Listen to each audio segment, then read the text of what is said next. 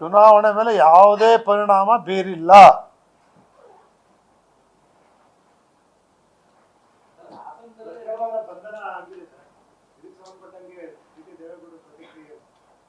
ನನ್ನ ಪ್ರತಿಕ್ರಿಯೆ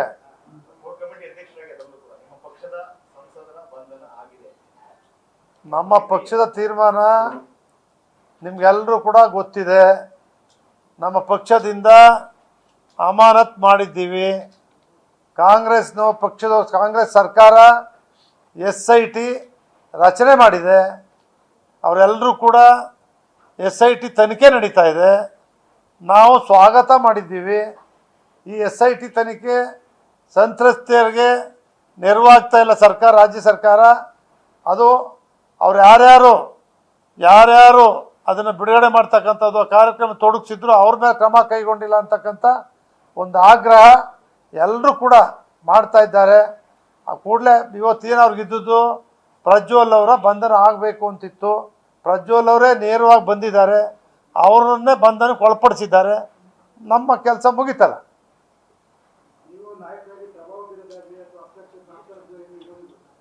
ನಾವೆಲ್ಲ ಪ್ರಭಾವ ಬೀರ್ತಕ್ಕಂಥ ಪ್ರಯತ್ನನ 1% ನಮ್ಮ ರಾಷ್ಟ್ರೀಯ ಅಧ್ಯಕ್ಷ ಆಗಲಿ ರಾಜ್ಯಾಧ್ಯಕ್ಷ ಆಗಲಿ ನಮ್ಮ ಪಕ್ಷದ ನಾಯಕರುಗಳಾಗಲಿ ಯಾರೂ ಕೂಡ ಮಾಡಲಿಲ್ಲ.